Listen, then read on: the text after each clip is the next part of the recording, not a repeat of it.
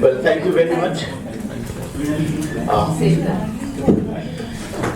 Now we have two presenters, Professor Madhulika Banerjee and Dr. Mithilesh with two discussants, Dr. Papia Sengupta, another is Abhishek. After listening deliberation for more than a day, now it's third day, I realized that how it is important to reflect upon ingrained realities. And just the session concluded, Madhulika intervention, that why should we forget about our location, social location? You know, the problem with political theory, particularly theorizing Indian political theory, that we, the modern normative concern, we elevate its threshold. And what happens? We forget about the actual happening, taking place in society, in civil society. This is the gap. And this gap is deliberate because it wants to create a new power structure. Normative ideals, that becomes the template of judging or actual practice. So there is a force, there is something that your behavior or your inclination, whether it is in conformity with normative standard. You know, and if you are debating, if I am voting according to my caste preference, according to my religious preference, or whatever, this is actually happening. If you see the electoral history of India, then it is happening, and that raises the question of different kinds of vote bank, not only in terms of community, but also in terms of caste, region, language. So that the point I want before coming to the papers, to perceptive papers, I just wanted to highlight this because there is a need of Indian political theory that emphasizes the need of Indian political theory. Well, with this preliminary remarks, I come to the paper. There are two papers. One is Professor Madhulika Banerjee. She is focusing on pluriversal knowledge systems in the context of India. That needs to be theorized. You know, so to widen the scope of Indian political theory. The other is by Mithilesh. His focus is on textual analysis. And textual analysis is picking up one of the texts produced in 11th century, medieval period, Rajniti Ratnakar by Chandreswar. He was related to Mithilesh school of Hindu law. And in that context, he is deliberating upon the notions of sovereignty, statecraft, religion, coronation, and all. You know, there are two different papers. One is emphasizing on the need of textual interpretation to understand Indian political theory. The other is emphasizing the need of community governance, need of pluriversal knowledge, live words to understand political theory. Political theory, how it should take political practices of the people. Both papers are different. One is emphasizing textual analysis, the other is emphasizing practices, community practices to broaden the horizon of Indian political theory. In this context, I would like to raise three concerns for discussion. The one is canon versus practice. Should Indian political theory be reconstructed primarily from classical texts like Rajniti Ratnakar, or should community practices and ecological knowledge be treated as equally valid sources of theory? The second is integration. How might we bring textual traditions and pluriversal life words into dialogue without reducing one to the other? And third is future direction. If we accept both text and practice as sites of theorizing, what would be genuinely Indian political theory look like in the 21st century? And how would it differ from Western or purely state-centric frameworks? Thank you. Now I invite Professor Madhulika Banerjee to present her paper. And you have 15 to 20 minutes.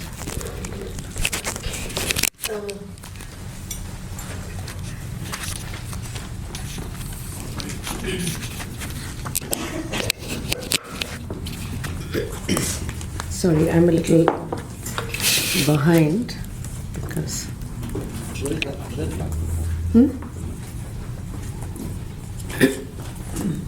Actually, he asked me, I thought Mithilesh was going first. Okay.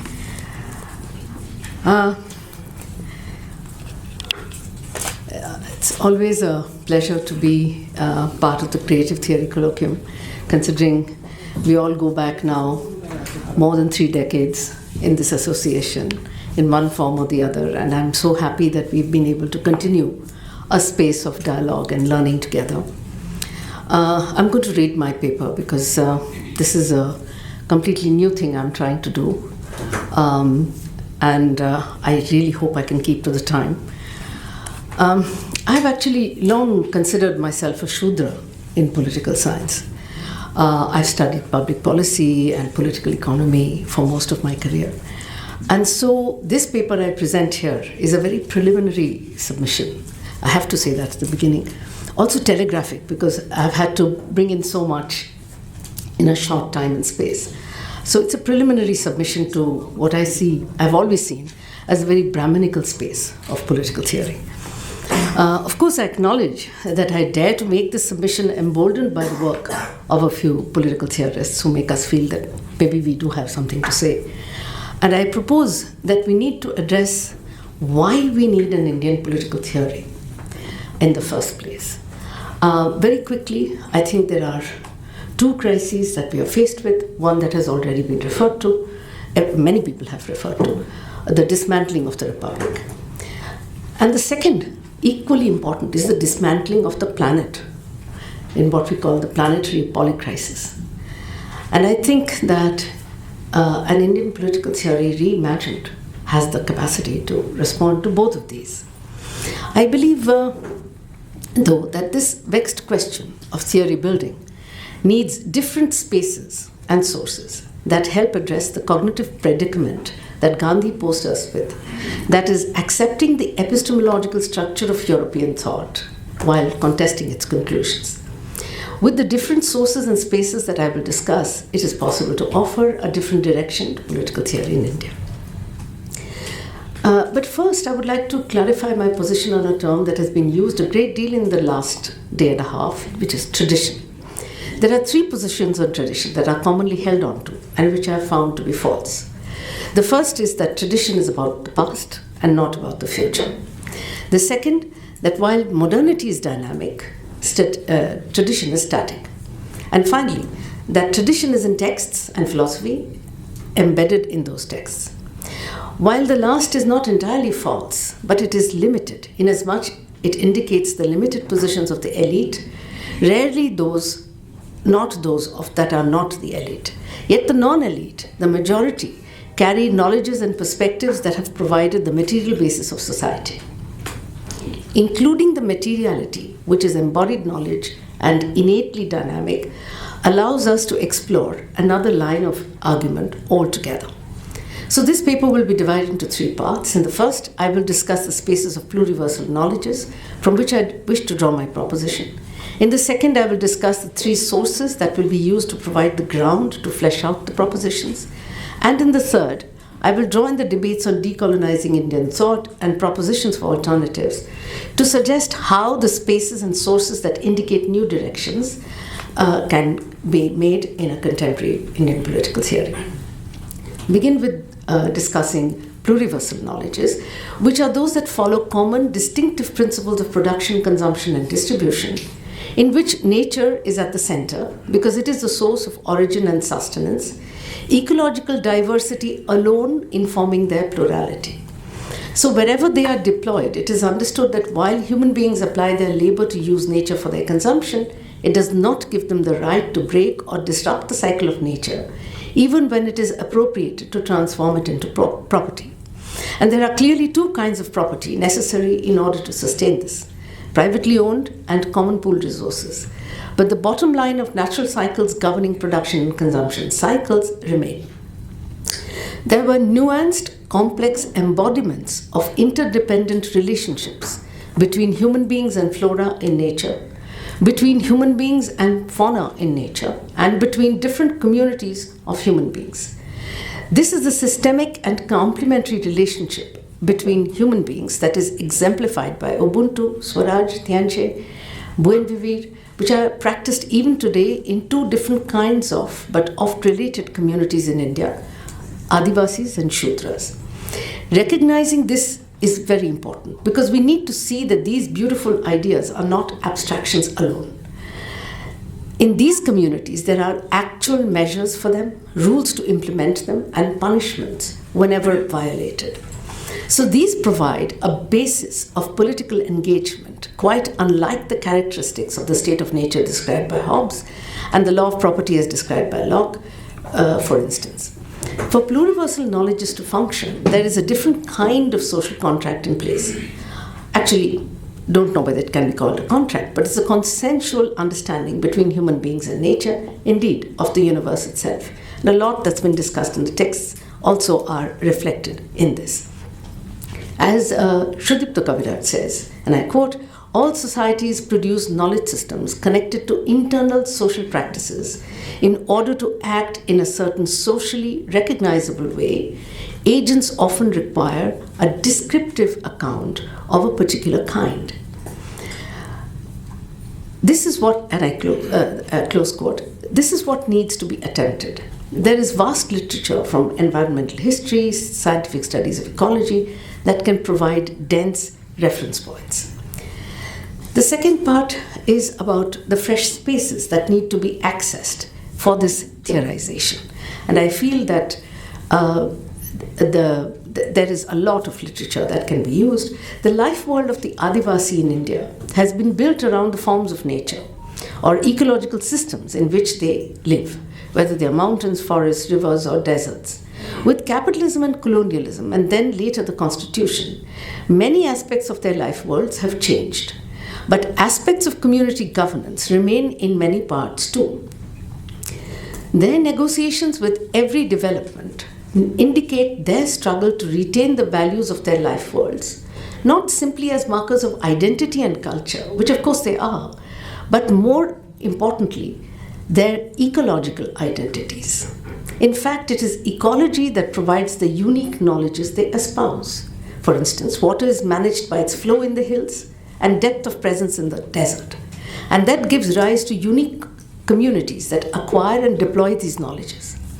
However, there are common principles that bind very different knowledges. And these are of respecting the source and capacity of whatever nature gives, regulating human use by the amount nature gives at different points in time, and enjoying abundance while it lasts. All community governance structures stem from these foundations, and I believe that these need to be foregrounded in our discussion. Allied with this are the life worlds of Shudra and Dalit communities, the producers of all essentials in Indian society. The foundations of the knowledge of their production is their use of natural materials, techniques that are both inherited and innovated upon, and the principles of production and exchange that govern their work and life. Rules of procurement and exchange that are necessary for each of their systems to work smoothly are instituted in social and political arrangements. There is extensive documentation of these across different knowledge systems, which can be accessed to understand the complexity of this part of the society. Equally important to understand would be to see how issues of hierarchy with other communities are instituted, mainly by theories of purity and pollution. Excuse me. What seems to me more evident is the hierarchy between work by the head and the hand. There was interesting discussion about this in just the preceding session, and thank you for those that referred to it. This is very, very important. The hierarchy between mental and material labor, as Anuradha pointed out, that have implications for and are carried over to theories of governance. A different perspective would emerge if we were to simply look at this world in terms of control over property, between personal and common property. On a preliminary and a very broad assessment, those who control private property, while also benefiting from the advantages of common property, were the ones normally formulating the texts. This control was juxtaposed with that of the division between mental and manual labor, which is also the foundation of the caste structure, as we discussed. This is how upper castes also become owners of land and eventually appropriate other castes, the Shudras, as just physical labor, and lower in the hierarchy. Of course, there are exceptions to this, and this changes over time. But what I'm trying to show is the analogous nature of ownership and the written tradition, the textual traditions. As a result, Shudras and Dalits don't get to explicate in text what their principles of work, social organization, and governance are, but the literate castes do. Hence, all ideas of Indian political theory that draw on these texts and not on an understanding of the life worlds and of Shudras and Dalits have to ask themselves this question. This is where the ecological history and the social anthropology literature on them would become relevant. This would possibly constitute what we call grounded political theory in India, which I've learned from my friend here, Abhishek, and again, a concept developed as part of European thought, but seems to be speaking to our concerns here. Hence, pluriversal knowledges provide us with a very different kind of cognitive apparatus for an Indian political theory, one that Chatterjee, Kaviraj, Nigam, and many others have referred to and explicated in their own ways. Then therein lies the link between what we began with and the possibilities we wish to explore. For now, we identify two, the links that is. The first is from the point of view of decolonizing theory qua theory. This is the source that has always had a voice but not in text. So the sources that I am talking about, the non-literate carriers of pluriversal knowledges, they have not carried it in text, so they are not considered a legitimate source of theory. I will come back to this discussion later. The second is that they identify a different reason altogether for the need of a different political theory, which will be actually valid within but also beyond India. This I will return to very briefly in my conclusion, and many of these things I'm just, as I said, telegraphically indicating, not being able to spell out completely. But what are the fresh sources I'm interested in? Much of the communities that I have been talking about reside in what is recognized in the economy as the informal economy. Economists such as Barbara Harris White offer an understanding of the informal economy in India, where it manifests and the exploration of its tremendous possibilities, both by economists and interventions in the contemporary market that stand conventional understanding of the insignificance of the informal economy on its head. In fact, Barbara Harris White says that the Indian economy is actually, in terms of how huge it is, it's actually equal to the Indian economy. She juxtaposes the two. We can read this together with the ingenious reading of capitalist development in India offered by Kalyan Sanyal, whose work has been taken forward by Anubdhar and Anjan Chakrabarti. Both of these understand the materiality of the space, the challenges of its working, but also in terms of its tremendous potential. The third source that helps understand the space is an unusual report. It's come out just a few months ago on the economy of the handmade in India, put together by a company called 200 Million Artisans, founded by a group of women from the world of financial capital and deeply bothered by the fate of artisans in India. They seek to understand the real issues that plague this sector and find solutions that enable them to balance the sustainability of the worldviews of production with a different system of the working of capital, which they call catalytic capital.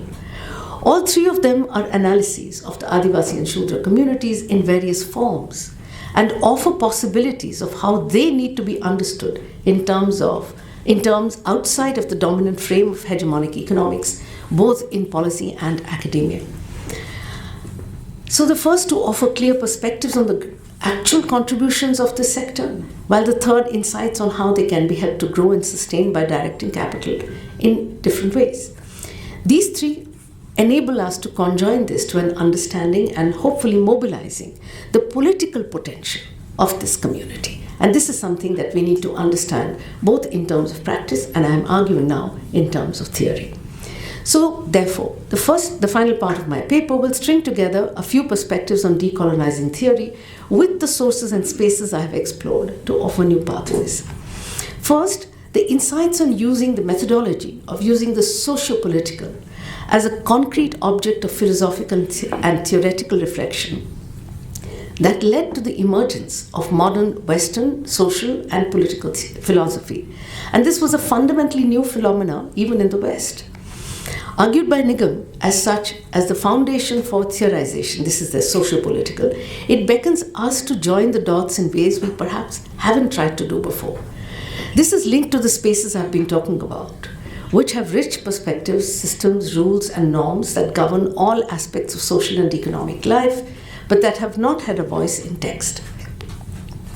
So, as Kaviraj argues, ironically, though European Orientalists regarded ancient Indian sages with reverence, they did not extend the same hospitality to contemporary ideas from Indians. And Nigam too points out, and I quote, "None of the Indian philosophical traditions, perhaps with the exception of the Lokayat, has ever descended from its metaphysical heights to pronounce anything about the real or the empirical world." Close quote. So perhaps we need to identify what Kaviraj calls, and I quote again, "theoretical ideas from non-European cultures of thought," and correct the fact that concepts and categories drawn from non-European cognitive systems hardly ever enter the space of theoretical innovation.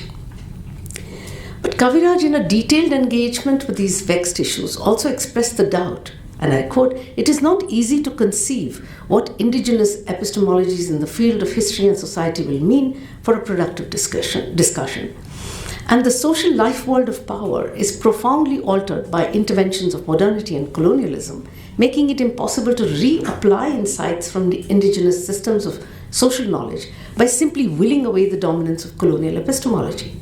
This is where," and that's close quotes, "and this is where the lens of politics of knowledge that I have offered, a framework to understand the transformation of pluriversal knowledges through the colonial, capitalist, and post-colonial periods, the manner in which the communities that held them negotiated contestations in epistemology through innovations in production systems and laws and policies of the state that went contrary to them."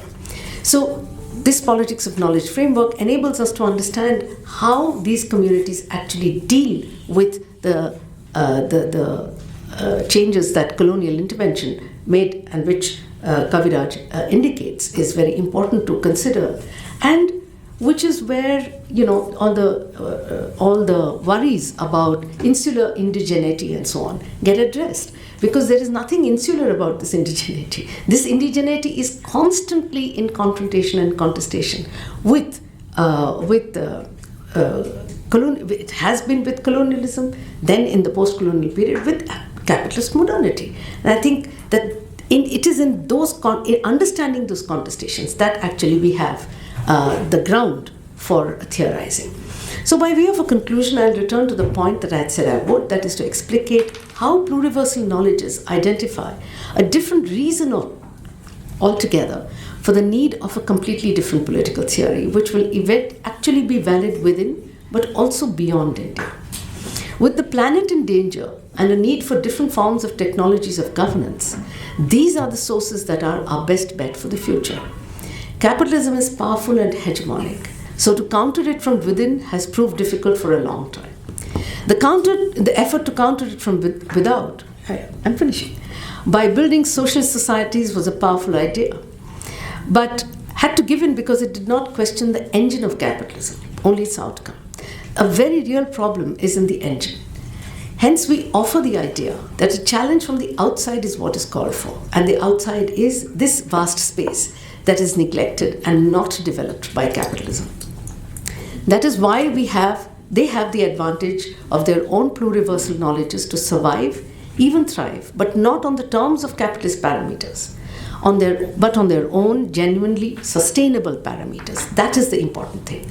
Were they to be taken seriously by those of us who are interested in alternatives, and the good thing is that there are many of us such interested already, I think we have the foundations for such a theory in practice as well.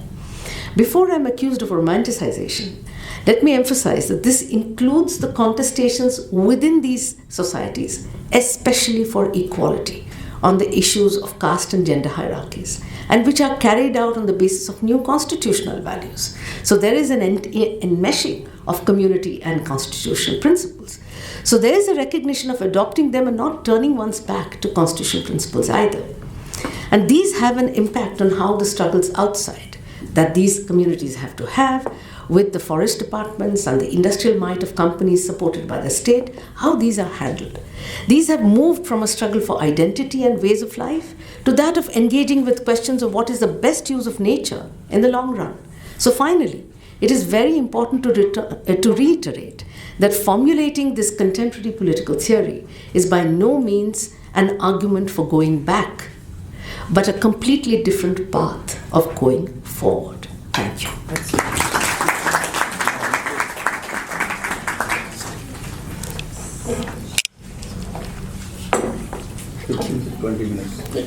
We want to discuss also. So thank you. This is really a privilege for me to share some of my thoughts on what we have been discussing about the theorization or theoretical debates in Indian political theory or from Indian intellectual tradition. I locate myself within the textual tradition. My concern is that when we talk about theory or debates about political theory in India, particularly in modern political theory, we have been responding to certain things which started in early colonial period, and probably we have not been able to overcome that to engage either with our rich and complex textual tradition and non-textual tradition. And we are in so many ways constrained by that. I'll be speaking today on Chandeswar's Rajniti Ratnakar. And while this is not a well-formulated paper, so I'll be speaking through some notes which are, while reading or engaging with this text, we have certain handicaps or constraint while engaging with the text and the nuances and the complexities that a text like Rajniti Ratnakar offer. So it's easy to put them all in one singular basket and invalidate their authority, their argument, and so on. And the other is to engage and then try to unpack how within the textual tradition or intertextual tradition certain thoughts, certain thinking on theory, power, authority, sovereignty, and so on evolve over the decades. So my limit is that I read Sanskrit. This text is in Sanskrit, written in early medieval India by a Brahmin scholar who was also involved in the administration of Karnat dynasty and later on Vainiyar dynasty I'll talk about. So what I'm going to do today is that to talk about first the text and its context. Then I'll briefly talk about the author. This text contains 16 taranga or called chapters, but I'll be today focusing on just 2 chapters or 2 tarangas, 12 and 13. And then towards the last, I'll reflect from the text and also what we have been discussing regarding theorization or debates in political theory from India or Indian. So this text came to light, that means to the English-speaking world, in the early 20th century when K.P. Jaiswal, with the help of Sir Edward Gate, as you know, involved in such enterprise in Assam and in other parts, search for this text started under his guidance. Bihar and Orissa Research Society gave this responsibility to K.P. Jaiswal, and he managed to collect 3 to 5 manuscripts from Mithila, but search was also done in Utkal or Puri. So he published in 1936, and again the introduction is in English, but the text is compiled on the basis of the manuscripts which he has collected, but they are all in Sanskrit. It was translated by Tarani Sajha and Gairola from Banaras with Hindi translation in 1970, and there is one PhD in 1960s and 70s which I could not access. So my presentation is based on KP Jaiswal introduction and Gairola translation of this text. All right, so in early medieval India, we also need to focus that there have been several traditions of political thinking and theorization in Indian intellectual tradition, from Dharma Shastra, Niti Shastra, Artha Shastra, Mahabharata, Ramayanas, and many other texts.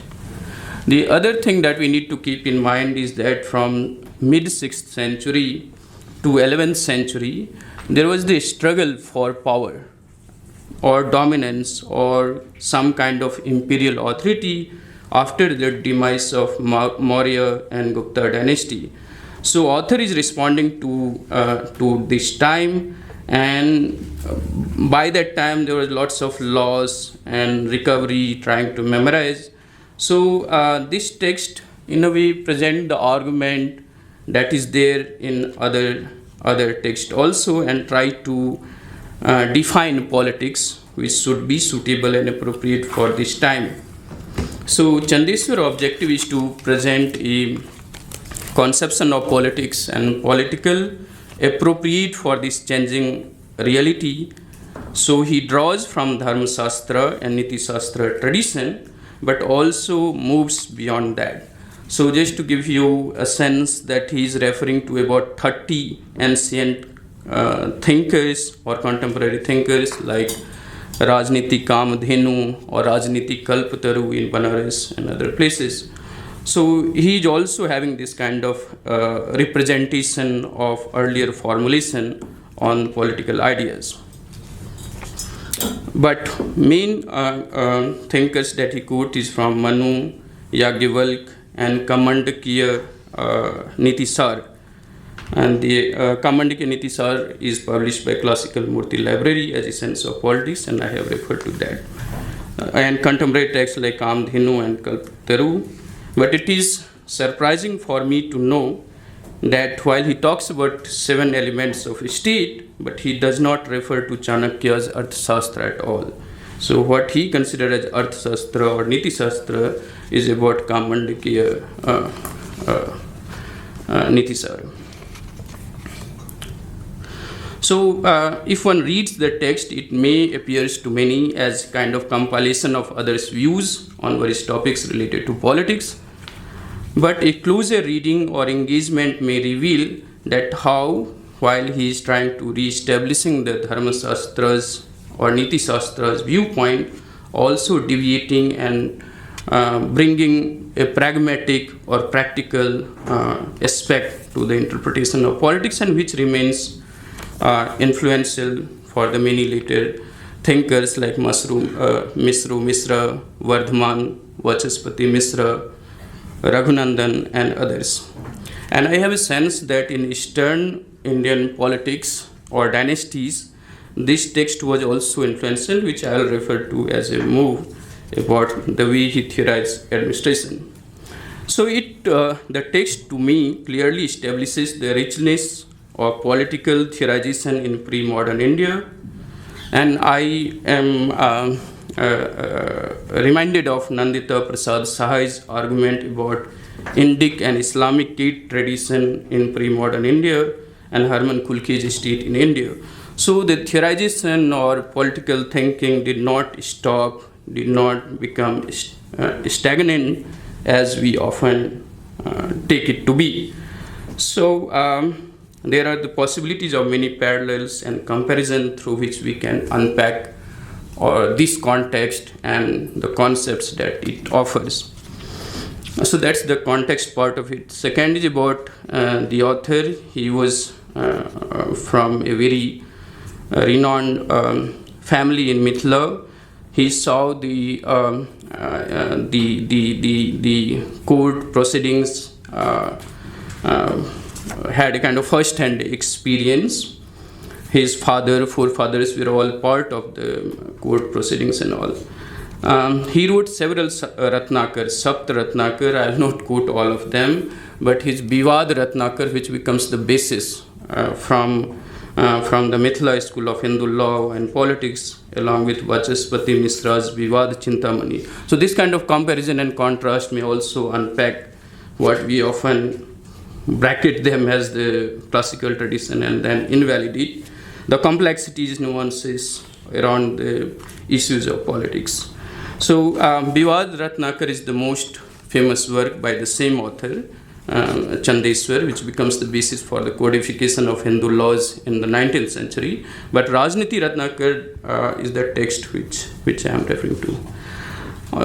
To locate Chandeswar, he also saw a time in the early medieval Mithila, Karnataka dynasty, they faced some kind of conflict or attack from the Islamic rule, and there is a kind of three types of polities that existed. So there is one Samrat or emperor. There are those who pay tribute, succor, and those who were actually not paying the tribute by compulsion and also by some kind of empowerment. So he was writing or facing those kind of transitions. I don't know if I'll have. All right, 5 minutes. So now I should come to the arguments without deliberating on the context.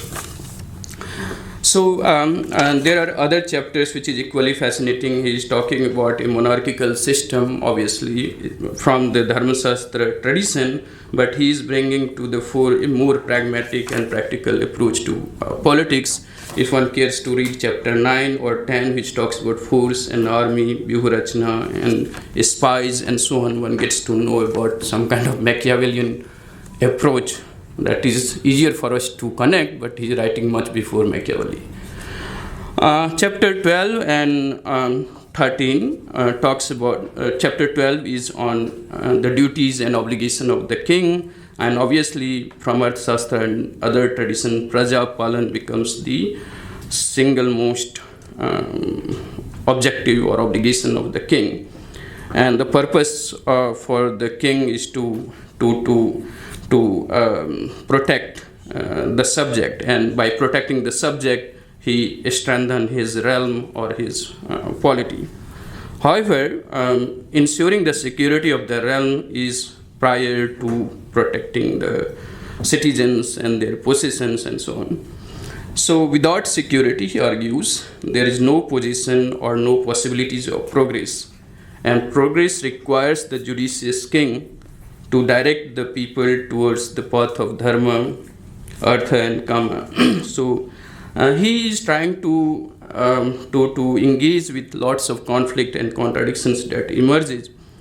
Like Dharmasastra and Arthashastra, wherever there is a conflict, what should a king do? His argument is that king should uphold dharma and follow the Dharmasastra, but follow a path which would be a kind of mediation or without entering into the conflict within two positions. And whenever there is such conflict, such contradictions, he follows the Nyaya or Tark or what is called Vivek. There are 4 means or instruments for ruling, which is quite known and obvious to all of us: Sam, Dan, Dand, and Ved. Just to remind you that it is a time when there is no established imperial authority, and all the principalities or tributary kings were trying to maximize their influence, authorities, territory, and population. So to do that, he is talking about these 4 instruments and want the king to all the time think about the 6 gunas. One is Sandhi, friendship. Other is Vigra, when to oppose or counter. Third is Yan, when to attack. Fourth is Asan or indifference, when to ignore the enemy. Fifth is Dvaidhi Bhav, there is to divide the army, one to protect the realm, another to fight the enemy. And the 6th is Sansray, that is taking protection from the stronger ruler when confronting with a superior enemy. I'll not detail, but he talks about when to use all of these 6 gunas. It's not that you should use all of them. So the Nyaya part or the Vivek part I'll keep if we can take up it. So then he talks about the Raj Mandal based on this very fairly known principle of Mitra, Udasin and Satru. Along with Madhyam, Vijigisu is the one who wants to establish the rule. Udasin is someone indifferent, and Satru is your enemy. So those who reside along the territory of the state is your Satru. After that, there is Udasin. So the Rajmandal that he has talks about these four, Madhyam, those who can make alliance with the Vijigisu Raja or also confront that Raja. So Madhyam, Vijigisu, Udasin, Satru is the foundation of Rajmandal, but along with that there are many, that is Eat, Mitra, Arimitra, Mitra Mitra, Arimitra Mitra, Varsnigrah, Akran, Varsnigrah Sar or Akran Sar. So these are the 12 Pravritya. In this text he also referred to 324 type of such mandal. Now what is the king position? That's I find very interesting, because we know Machiavelli tells the king to follow the practices of or the abilities of lion or fox. Here in Chandreshwar, remind you, 4-5 centuries earlier, talks about king. Bakvat, like a crane, how to increase wealth. Sindhvat, that is like a lion, to attack like elephant, a lion would do. Vrikvat, that is like a wolf, when your enemy is protected, even then you have the ability to kill them. And then there is Sasvat, like a rabbit, when you know you are confronted with a very difficult situation, how to navigate and take sunstripe from there. So this kind of very practical, pragmatic, which I don't believe is exactly according to Dharma Shastra and that sort of administration. And the next is about the state administration, and I feel he follows a very bottom-up, decentralized model of administration, where for each village he argues about a Gramapati, and then to protect the villages of 200, 300, 500 or 700 as per the need, there should be some security guards. The other things that he talks about is to, divide the revenue and other stuff, to consolidate 10 village, 20 village, 100 village and 1000 village. And this reminds me, because I am coming from Guwahati and Assam, I meet a lot of people who has this title Saikia and Hajarika. So I am not very sure, but after engaging with it, I think that the way Ahom dynasty organized its administrative structure may have some resemblance, direct or indirect, with the kind of administration. And this is similarly, this is the time when they started their dynasty in Assam. So there could be a cross-cultural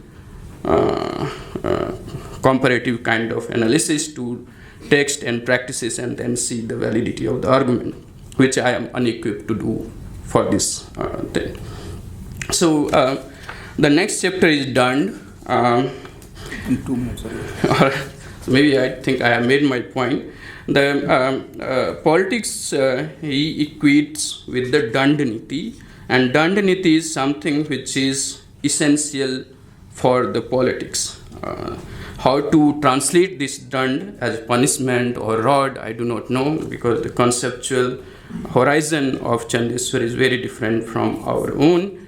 But he talks about dand where, for easy formulation, it's about the saririk or physical or economic dand, which range from beating to hanging for physical punishment, and economic for penny to all possession. So he talks about how punishment should be given and what principles a king should follow. That is aparad, dis, sakti, avastha, kari or arthik sthiti. But he talks about how this power to, and he talks about the human nature is not angel, and therefore you need the king, which ensure stability, control in the society.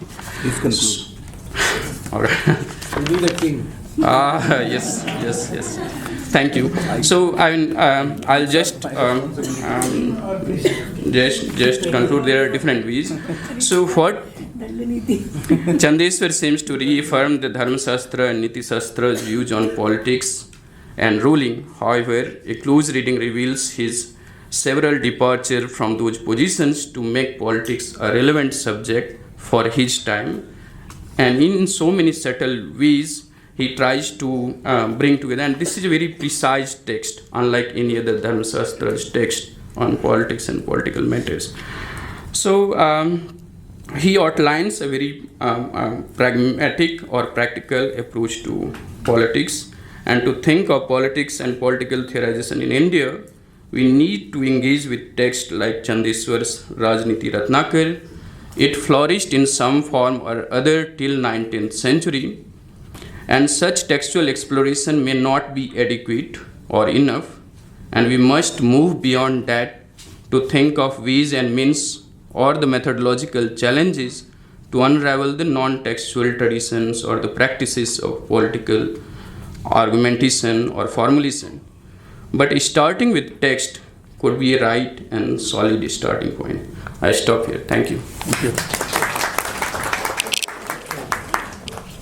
Now may I request Dr. Papia Sengupta to make her comment. 7 to 8 minutes. 5 to 7. 5 to 7. Okay, 5 to 7. very quick. So, Maximum 7 minutes. Sorry. All right. Good afternoon, everyone. I'll go with the chair, Maninder. So,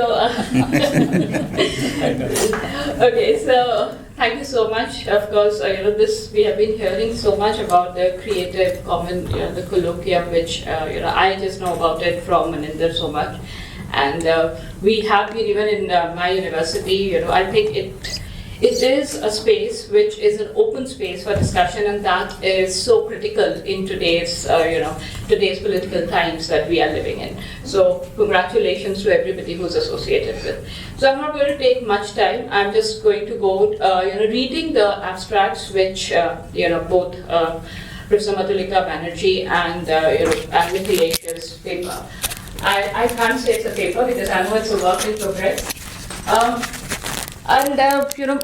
Madhulika, this paper actually reminds me of, nearly 6 years back. I wanted to, introduce a paper, a course on decolonizing knowledge, and it takes me back there. The kind of, it was really attacked, in the faculty meeting, that how can you, bring in something so right-wing into it, and I would really thank all my colleagues who attacked it, because that actually took me to read more about it and to come back with it that decolonizing knowledge is, or decoloniality as such, has been appropriated by the right wing, but that cannot means that you do not talk about decolonization at all. And thankfully it was finally after 5 years it is a paper which next year I'll be teaching.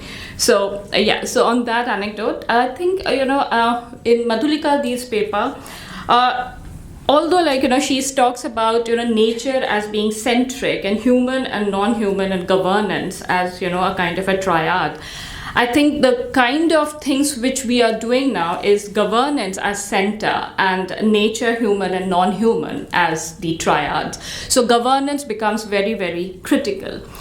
And when I was listening to all this, I was just thinking about the term theory. Means, because we have been talking about why do we need a theory, why do we need to change a theory, or why do we need diverse theories. I was just thinking, why not have practices of knowledge rather than just talking about the politics of knowledge and theory or theorization, because theorization gives a kind of a fixity with certain boundaries, and to be or to belong to a particular theoretical tradition then means that you abide by all the parameters that are core to the theory. So you are never in the periphery, because in the periphery then you will be challenged by the people in the core, as well as you will be not even outside it. So the term theorization, I think I'm really I have problems with using that term even in the context of Indian political theories. I think it should be more like Indian knowledge systems or probably just practical knowledge systems, and why just Indian? Because the entire construct of India is not something which has been there from ancient times. So when we talk about pluriversality or pluriversality as a new paradigm, I really because this is also coming from reading South American scholars like Escobar, Mignolo, who talks about decolonization. One of the important things I think is about this entire thing about the conundrum of community governance versus constitutional governance, which is a very, very modern phenomena. And also not just a conundrum, but where the hierarchization is that the constitutional governance is always more civic, and the community governance is somewhere, very messy, or what I call it's very fuzzy, means and as if that, doing that is the parameter of law, while as the community governance is not legal. And that, I think, is another important aspect of modernity, that it's not about practice, it is how it has a disconnect between the legality and the practicality, how things are practiced and how the law is defined and codified. I just wanted to point out, probably Madhulika already has done it. There's this notion of co-designing, which has been, which is coming up, where and it's not about theorizing. They talk, and and I've been taking this from something which I have started doing, where which I talk about as polycrisis is given by the global north. I'm sorry, of course, there is this. I don't like to use the term global north or south or Orient, Occident, but just for our own clarity. So polycrisis is something which became a fundamental thing, with Adam Tooze talking about it in the world forums. And I have been thinking about and working on something which is known as polysectionality. So where it's not just one intersectionality but multiple polysectionalities, and that I think is going to be Global South, so-called Global South's contribution to how to plausibly rethink and unthink about polycrisis, and not just give a problem that this is a polycrisis, which is a very European Western capitalist formula. So in that, designing is basically, for repair, it is for healing, and it's for caring. And these are the three different parameters on which co-designing actually stays. So it is not just about theorizing or about, codifying or having a kind of what is law, but rather how people live through a kind of a notion of healing, repair, and care. And that is what the best use of nature could be. Okay.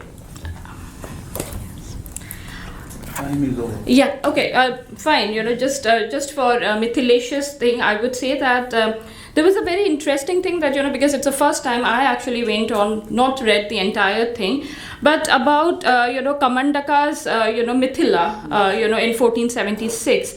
And in the Ratnakar, he talks about the, Vivad, Siddhi, Puja, Vyavhar, Dan, Kritya, and Grihastha. But there was this connection with the Kamrup, Gabrumu Khana, right? And I really found that very fascinating. So if you could just elaborate on that. And another important thing, in this particular thing about, textual analysis, I was thinking that whether this non-reference to Kautilya, or for that matter, non-reference to probably Ziauddin Barni might be a contemporary or not. Was it deliberate or inadvertent? Because this also talks about a lot of cross-cultural diversities. It's not just about, I think those days it was not just about whether you read it or not, but not like modern academic writing of researching and referencing, which we have it today. So I've lost my time. So I think, another thing with this, with Ratnakar's work, whatever I have read about, is not to move into extremes. I mean, that is what I got. I just read 8 chapters, couldn't read all of it. So, and my Sanskrit is not as great as yours. So, but I think, so that was something I thought that, this kind of a textual analysis also talks about multiple Indiannesses, if we can talk about, and not just the appropriation of the right wing and Kautilya or Arthashastra, the equivalent of Machiavelli kind of a thing. Yeah, thank you. Abhishek Hari. 7 minutes. The mic, she's a Move the mic. Yeah. Good afternoon, everyone. Thank you, ma'am. It was quite an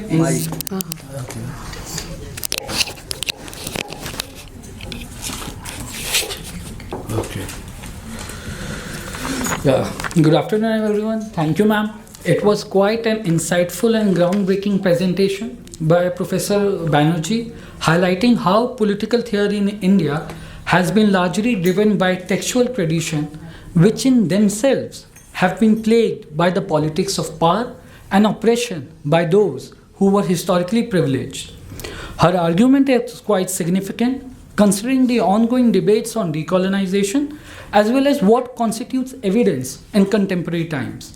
If we are open to drawing upon oral traditions for historical and political theorization, then we must also be open to critically drawing upon these sustainable pluriversal knowledges from the ground of the marginalized that have historically existed harmoniously with nature as well as human beings since time immemorial. Eleanor Armstrong, in her work Governing the Commons, shows how the local communities were best at managing their natural resources.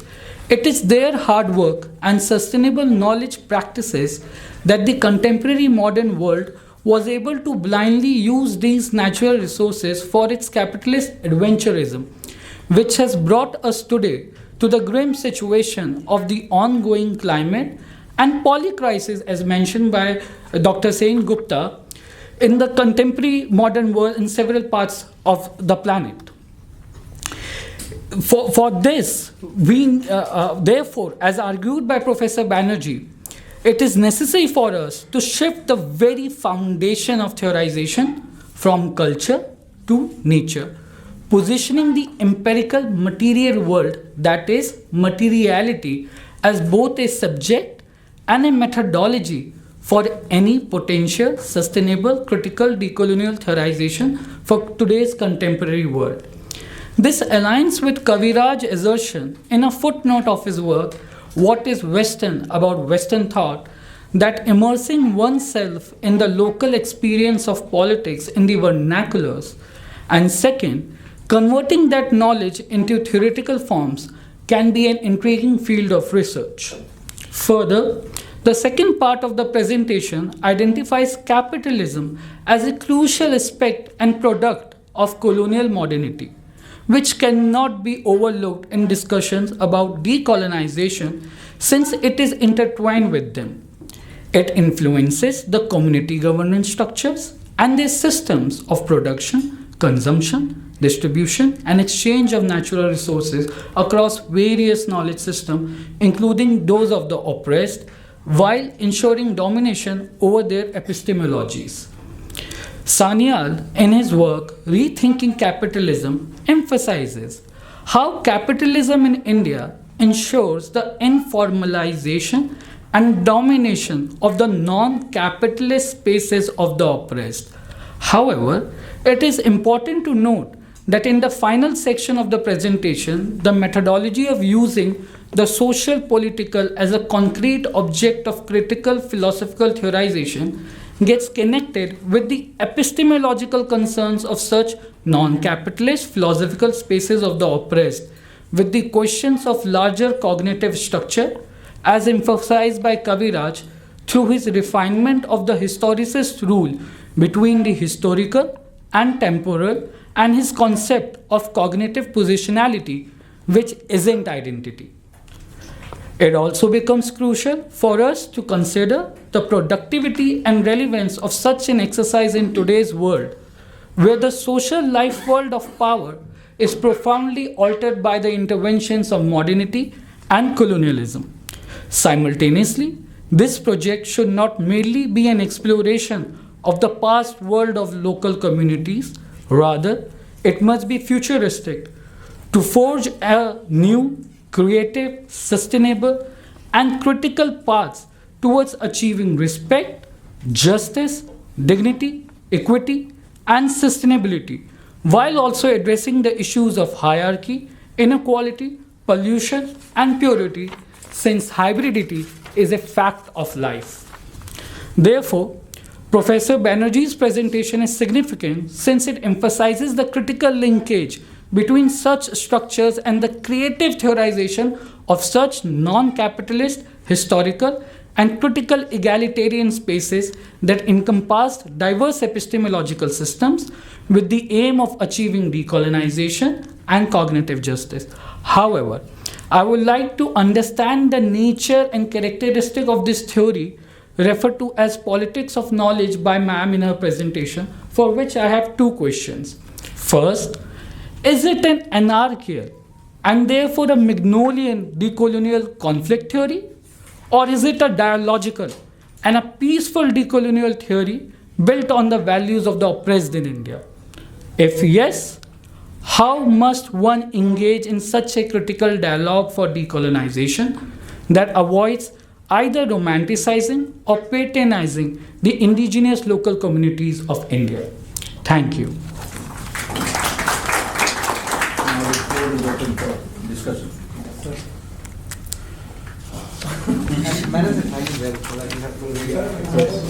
Please, because we have only 15 minutes. Obvious reasons, because the way in which the idea of outside is used by Aditya Nigam and Nivedita Menon very recently in modern Marxism and secularism as misdirection, I think they conclude on the idea, they pose a question of solidarity as a fragmented notion. Now, in your case, you are pushing it further to make the idea of solidarity universal. Now, I think that's a very interesting move, which linked to the first 2 points which you mentioned about dismantling of the republic as well as dismantling of the planet. So I think my suggestion is that you should move further in this direction and think critically about the idea of outside, because that's a very powerful idea in my view. To you, Mithilesh, it's a fascinating paper. I really like the way you have unpacked it. But following your trajectory, there are 2 points which are important. One, why a particular kind of text become important at a particular juncture of history? 1936 is a very important moment. So you have to give us more about why that particular text became relevant, because we know that the ways in which the project of translation happened, I don't want you to go into that Orientalist and Anglicist debate, but the project of translation was crucial at that point of time, because in this case it is not about writing history, it is about intellectual history. So the project of political intellectualism is something which is centered to it. And if you are doing that, then there would be another question. What is the meaning of Rajniti? And what is the meaning of Ratnakar in it? So you need not to take it from the so-called debate on politics and political. Rather, if you move inside into it and try to extract the meaning of Rajniti, I think that would be more relevant. Excuse me. Yes. Thank you very much. I mean, it's a very thought-provoking, both of the presentations. So actually, I would just like to reflect upon a couple of points from our perspectives. One is certainly, you have mentioned about Indian knowledge systems, Professor Banerjee, about pluralist knowledge systems.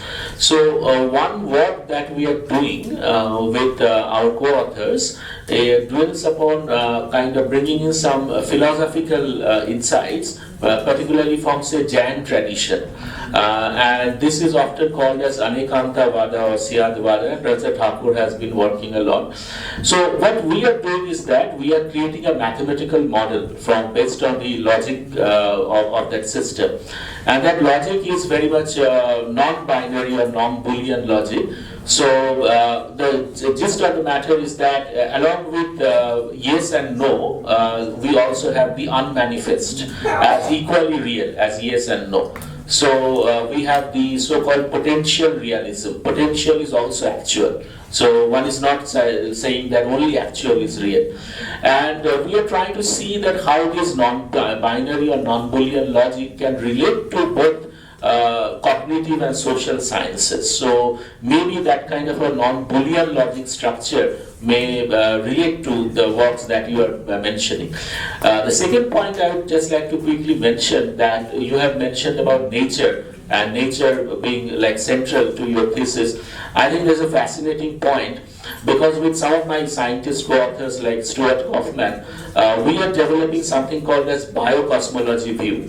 Now, biocosmology view goes against, in some sense, the standard Newtonian view, which says that the possibility space or the configuration space in which you are working is fixed.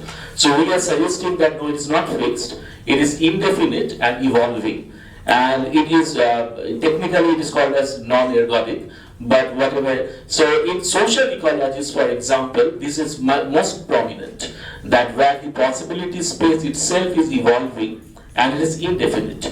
And therefore, inherently it embraces pluralism. So I think that that view may also relate to the thesis that both of you are suggesting. And also we are working on a paper which Sharik can develop more on that, on the polycrisis and pluriperspective, planetary ecology, I think we are calling it. Thank you. Questions from left side? Acha, the Banerjee, please ask. Right side. Right, sir. Right side. I mean, depends where we are. You are in Gujarat, na? Gujarat is in Delhi. So this is a question to Madhulika. The one is how to, I mean, I think, I just realized. Thanks to Hilal Bhai. So it's better than ma'am, I think. Certainly. So decolonial. One is how to translate plural into common. That I would like. I mean, it was there, but I would like to have your answer. Translation of plural into common. To Mithilesh, this is I think thanks to you, I can have one text of a medieval period. Otherwise, what was happening that we were going into ancient and no medieval, so we have a medieval text to do political theory. But there is an interesting intervention. One is K.P. Jaiswal. In 1918, he wrote a book called Hindu Polity. And Hindu Polity was actually responding to British government in British languages. So entire Hindu Polity as a text is divided into two sections. One is assembly and one is imperialism and the Indian monarchy and imperialism. And where R.C. Majumdar has a very interesting debate. Both are belonging to same side, I mean the right of history. But R.C. Majumdar is saying that there are too much exaggeration in K.P. Jaiswal's on Hindu polity. So I would like to know that whether this project of recovering the text and reading the text was also trying to do a competitive vocabulary vis-a-vis, British or Western knowledge system, and developing the idea of sovereignty, not in the context of India, but saying that look at us, we have also the concept of sovereignty and monarchy in your language and in your semblance. So can we also read in this way, because intervention of K.P. Jaiswal is very important as a part of Hindu polity. There is a time for only one question. There is a miss. Take that one. First, right from left side, yes. First left, what? Left So side. I think, I'll keep it very brief. So I think there's a challenge in maintaining clarity of voice when you're dealing with newer sources, and this question is for both the speakers.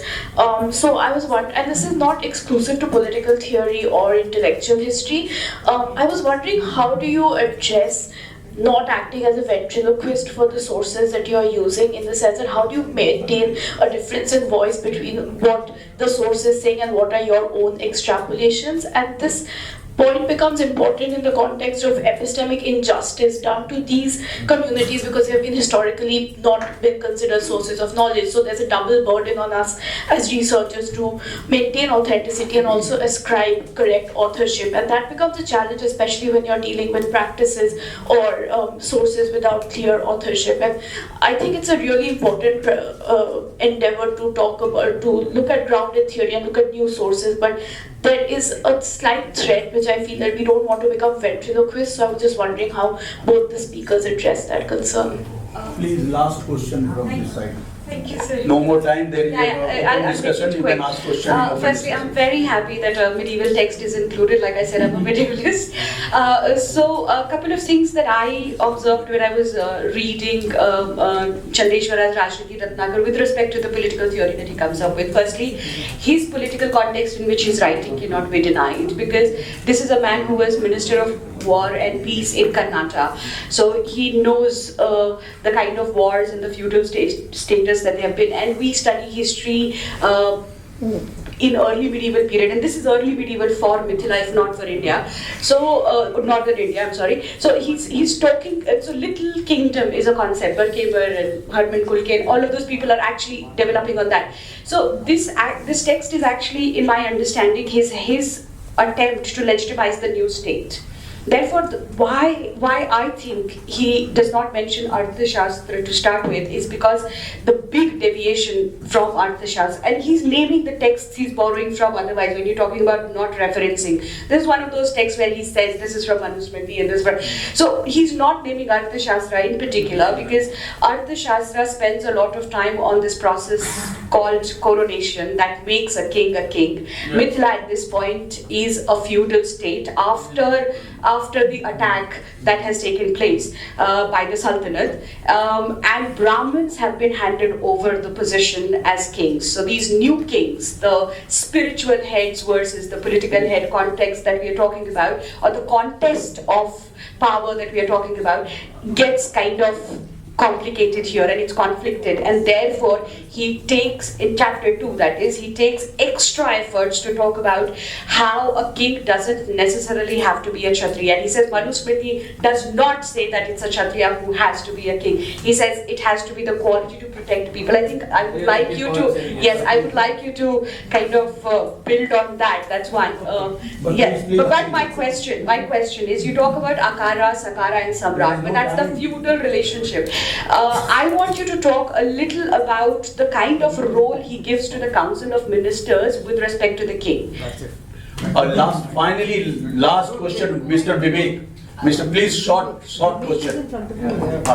Vivek. Professor Trivedi, very sorry to intervene. Others can join us in the open discussion. We'll have an open discussion. Otherwise, okay. I didn't have a question, but that's okay. We can discuss. Okay, thank you very much. And now I should ask the speakers to respond.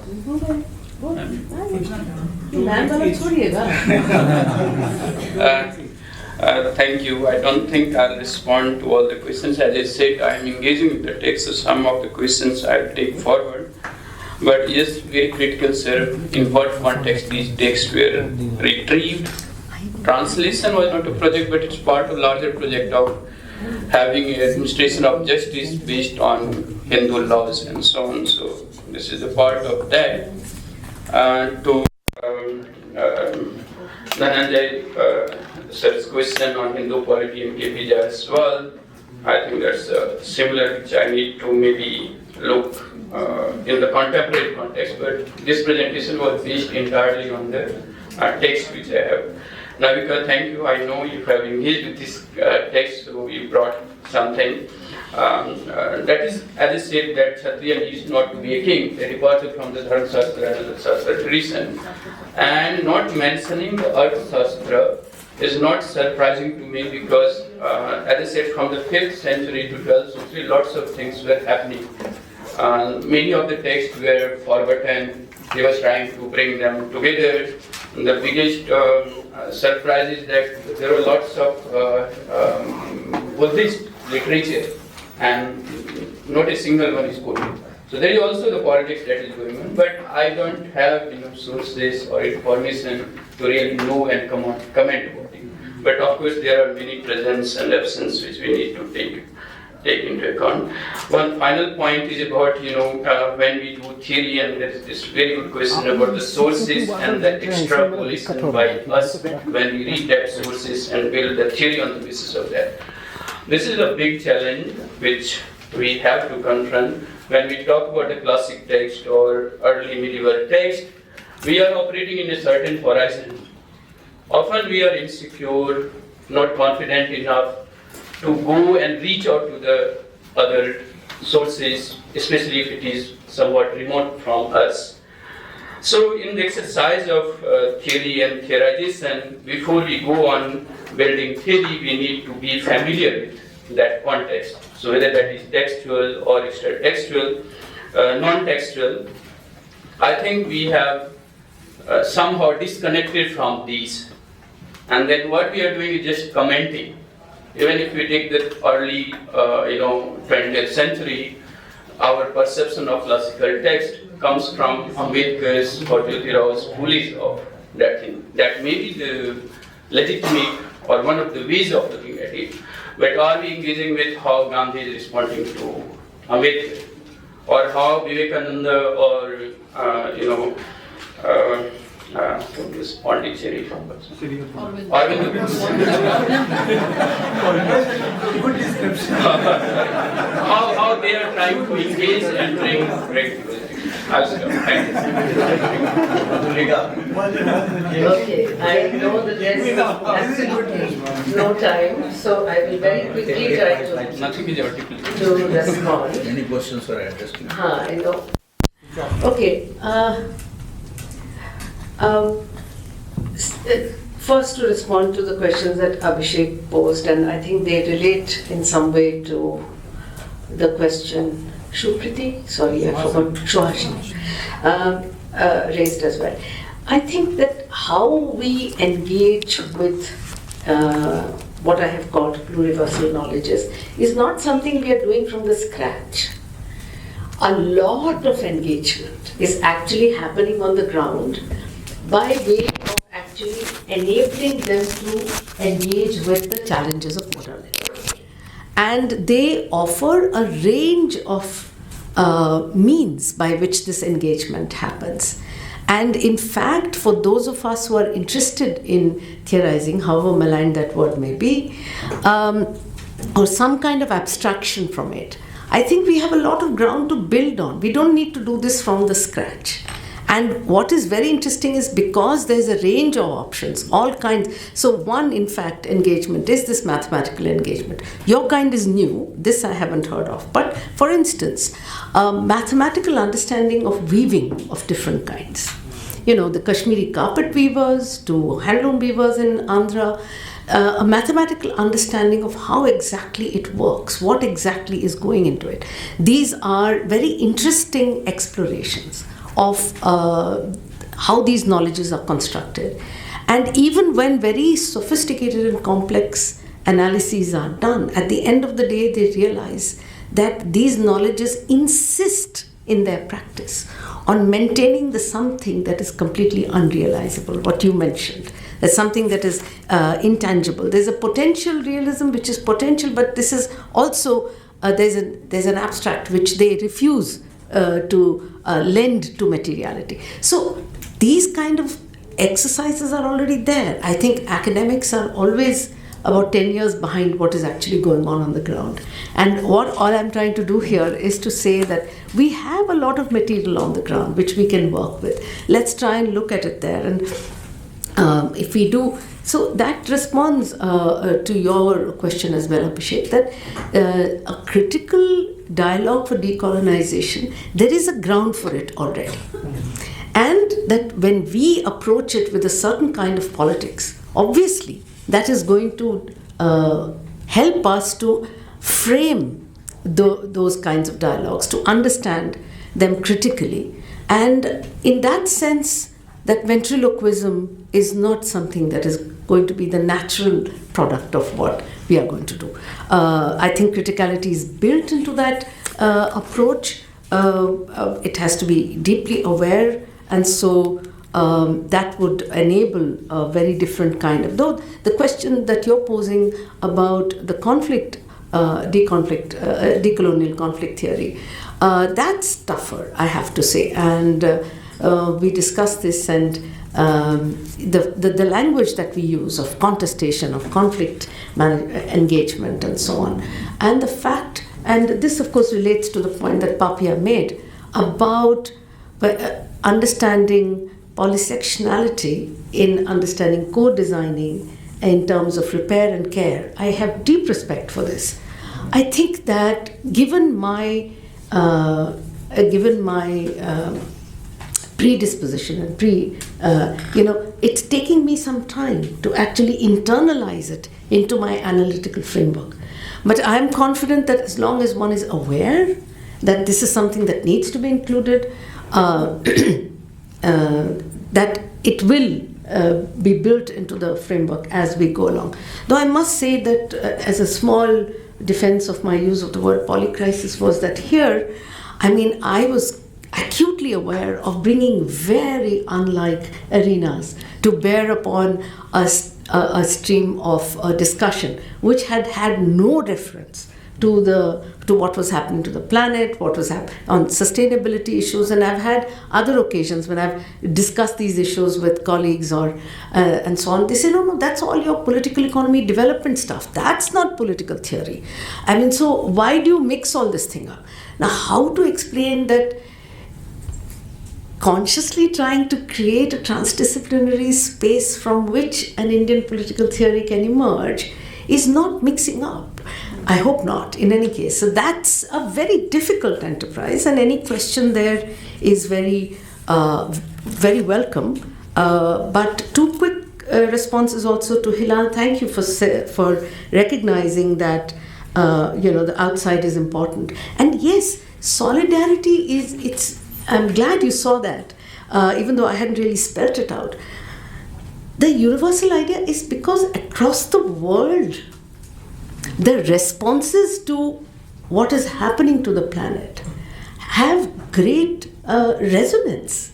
There's so many shared spaces of understanding, and that's why that building of solidarity as a universal idea is as important. In each location, wherever marginal communities are located, of course they are the outside, and therefore solidarity is a reflection of that fragmentation. But we have to now also start thinking about the planetary space and how that kind of universalism is very important, which is why I said in my paper too that this is a political theory that can not only explain and respond to what is happening in India, but I believe that it is something that can talk to them. And quickly to Dhananjay, I don't think I translated the plural to mean the common. I'm talking about plural knowledges, and I'm talking about how the commons relate to the plural knowledges. That's a whole arena of analysis and understanding that has been built up over the last 30-40 years. I'm very happy to discuss it, but surely this is not the time. But thank you very much for those questions. Thank you very much to all of you. Thank you, everyone. You can join us for the lunch downstairs.